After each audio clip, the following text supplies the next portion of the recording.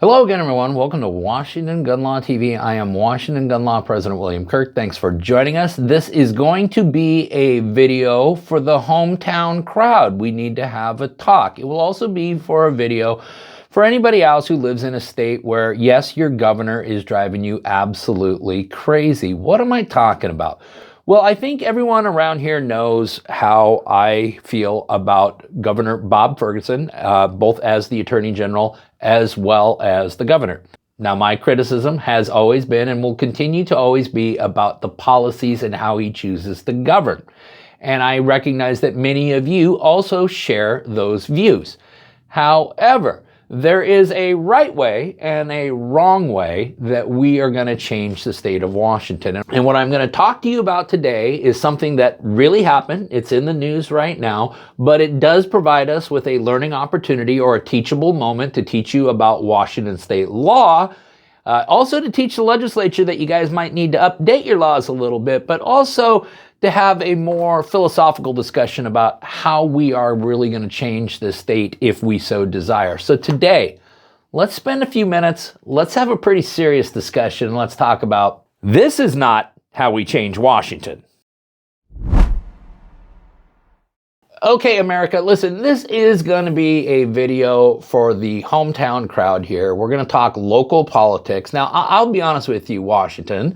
When I started this channel in July of 2021, so we've been doing it a little bit more than 4 years now, never in a million years did I think I would have to do a video like this. And I'm going to be honest with you, I'm not happy that I'm having to do this video. And so you may actually hear some during this video because I want to impress upon you how ticked off I am about some of what I'm about to talk about.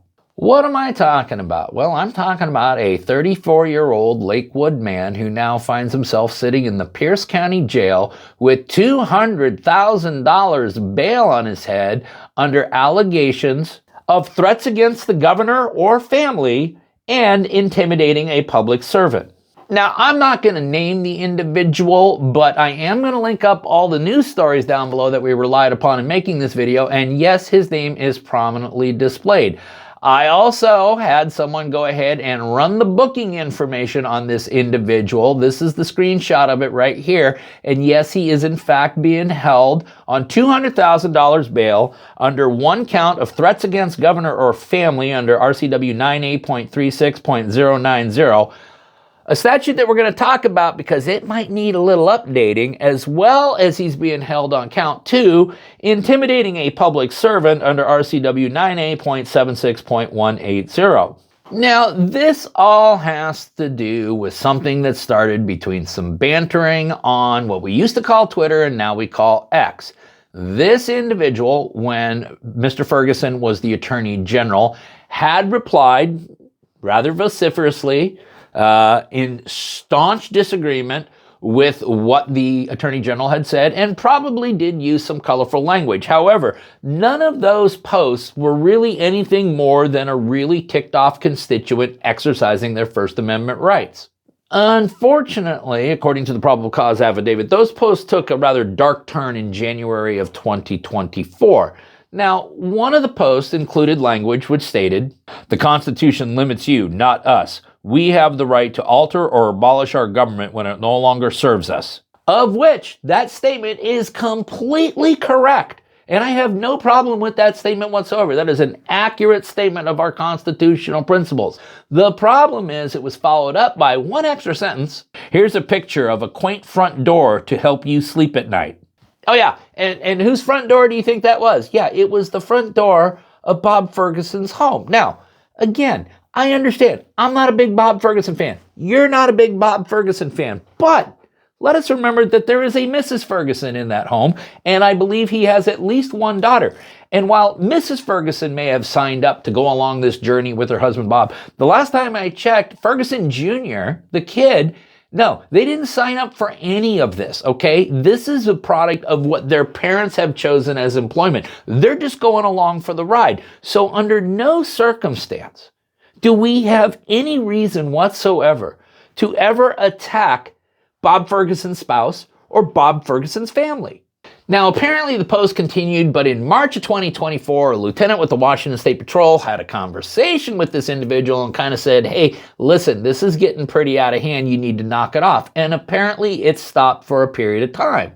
Unfortunately, in November of 2024, right after Bob Ferguson won election and became our next governor, the post continued, including a post, which, by the way, also turned out to be a reply to one of my posts on an X account that I found out never responded to. But this post was, I know he's worried about his address, which is public information. He had WSP contact me for tweeting a picture of his front door. I'm going to keep tweeting it. And then again, according to the probable cause affidavit, so these are just the allegations, this individual did post now Governor Ferguson's front door of his residential home plus his address multiple times. Whether that's true or not, that's going to remain to be seen, but those are the allegations. Now, the allegation also involves posting a picture in August of 2025 of an AR-15 discussing Bob Ferguson's security details. The final straw appears to be a post which stated, I'd like to remind you that we have more guns than you and your WSP PSD, and we know where you live. Which now finds this individual in jail, being held on 2 felonies and a $200,000 bail. Now, I'm not passing judgment on him, and I'm saying right now that he is innocent until proven guilty, and these are merely the allegations. It does, however, give us an opportunity to have a teachable moment and a learning opportunity, and we're going to do that. First, we're going to geek out on the law, okay? Now, I said that he was charged with 2 things. Count 1 is threats against governor or family found under RCW 9A.36.090. And to all my friends down there in the state legislature, and to all of you in the state legislature who absolutely hate me, I will tell all of you right now that you need to update this statute, okay? Because the statute, threats against governor or family, actually reads, whoever knowingly and willfully deposits for conveyance in the mail or for delivery from any post office or by any letter carrier, any letter, paper, writing, print, missive, or document containing any threat to take the life of, to inflict bodily harm upon the governor of the state or his immediate family, or knowingly and willfully otherwise makes any such threat against the governor, governor-elect, lieutenant governor, or other officer next in the order of succession to the office of governor or lieutenant governor-elect, shall be guilty of a Class C felony. So this is a statute that appears to have last been amended either in 1982 or 2011. It does not actually reflect that electronic communications could fall under the purview of this statute, which is kind of ridiculous when you think about it, because candidly, electronic communications is exactly how most Americans are communicating nowadays. So there potentially for this individual, there is a defense under 9A36.090 because this was electronic communications, and the statute, for whatever reason, appears to say that this is strictly through U.S. mail. That's not going to absolve the individual, however, because if in fact he did what he's alleged to have done, all right, there is RCW 98.76.180. That statute is intimidation of a public servant. And that statute is not nearly as specific and has a much broader net that can be cast on our behaviors. The statute actually reads, a person is guilty of intimidating a public servant if, by use of a threat, he or she attempts to influence a public servant's vote, opinion, decision, or other official action as a public servant. All right, but what's a threat? Well, that's defined in several different places, starting with, in this statute, threat as used in this section means to communicate directly or indirectly the intent immediately to use force against any person who is present at the time, or B, threats as defined in RCW 9A.04.110. Well, if you take a look at RCW 9A.04.110, you will see that the threat definition has all sorts of things in there. And right down here, J, to do any other act which is intended to harm substantially the person threatened or another with respect to his or her health, safety, business, financial condition, or personal relationships, is a pretty broad definition of behavior that in all likelihood completely encapsulates this behavior. Not to mention that there are other sections in the definitional section of threat that probably also encapsulates this person's behavior if in fact the allegations are true. So while there may be a very technical defense to one of the two felony counts, the second felony count, well, that remains a big problem. The bigger problem for this person or anyone else who's thinking about doing something like this is if convicted, it's a Class B felony. It's a Class B felony, and at that point, you're disarmed. So you won't be posting any photos of firearms anymore, and if you are, well, you'll be subjecting yourself to more felony charges, okay? Because you will be disarmed for a lengthy period of time. So while I appreciate a person's passion for their inalienable constitutional rights, going out and committing behavior that then gets those rights taken from you by operation of the law, well, that's not really proving anything, is it? And that brings me to the final point here that I want to talk to you about, Washington, which is why don't we all just take a deep breath first, okay? And then I want to ask not only the individual who did this, but anyone else who's thinking about doing this, okay? And here's the question I want to ask you. The f*** do you think is going to happen? I mean, seriously, I want you to think about this for a second, okay? What is your actual goal here? I'm going to do this because what's the result you're going to get, okay? One of the results is that Bob Ferguson suddenly wakes up, reads your tweet, and goes, oh my gosh, you know what? He's right. I'm going to radically change the way I see the world. I'm going to radically change the way I govern the state of Washington and all of that. Do you really think that's going to happen? Of course it's not going to happen. Never has, never will, okay? Number two, do you think that you posting these things is somehow or another going to go viral, and once it goes viral, you're going to become rich and famous? Now, I'm trying to not make this person famous, but they do have an opportunity to make themselves famous. They're just not going to be making themselves very rich doing it, are they?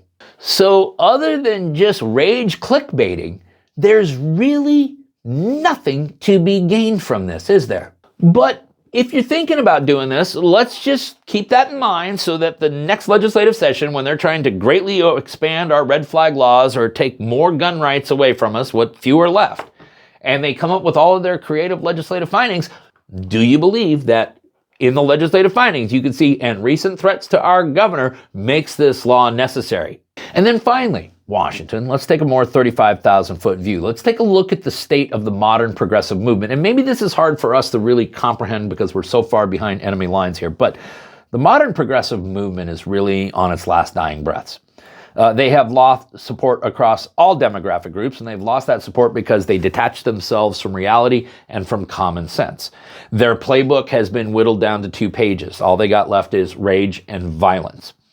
And yet for anyone on our side of the political ledger to threaten the use of a firearm in any unlawful fashion, in any irresponsible fashion, and certainly in any fashion that is potentially meant to intimidate a public service, well, it goes against everything that we stand for, and it certainly goes against everything that we talk about here at Washington Gun Law. Okay, Washington, I want everyone to take a deep breath, and I want you to realize a few things here, okay? Number one, the policies, the manner in which these individual politicians choose to govern absolutely are fair game, and yes, you have the First Amendment right to criticize that in whatever constructive and human way you can do so. However, when we start making threats, when we start trying to intimidate, or worse yet, we start involving spouses and families, well, this is not how we're going to change Washington. All right, thanks for letting Washington Gun Law rant. Apologize for the language. If you had any thoughts about doing something similar to this, let me just give you a piece of free legal advice right now. Don't, okay? Don't do it. This is not the way. All right, if we got any questions about this or the stuff we normally cover here, you guys should know how to get a hold of Washington Gun Law by now. But if you don't, that's okay. That information is down there in the description box. If you got an idea for a video we should be doing, you click on that link, you tell us all about it. If you want to subscribe to the monthly newsletter, that information is down in the description box. And then finally, and most importantly, let's everyone remember that part of being the lawful and responsible gun owner, like we talk about here all the time, is to know what the law is in every situation and how it applies to you in any instance that you may find yourself. Until next time, take a deep breath, Washington, and stay safe.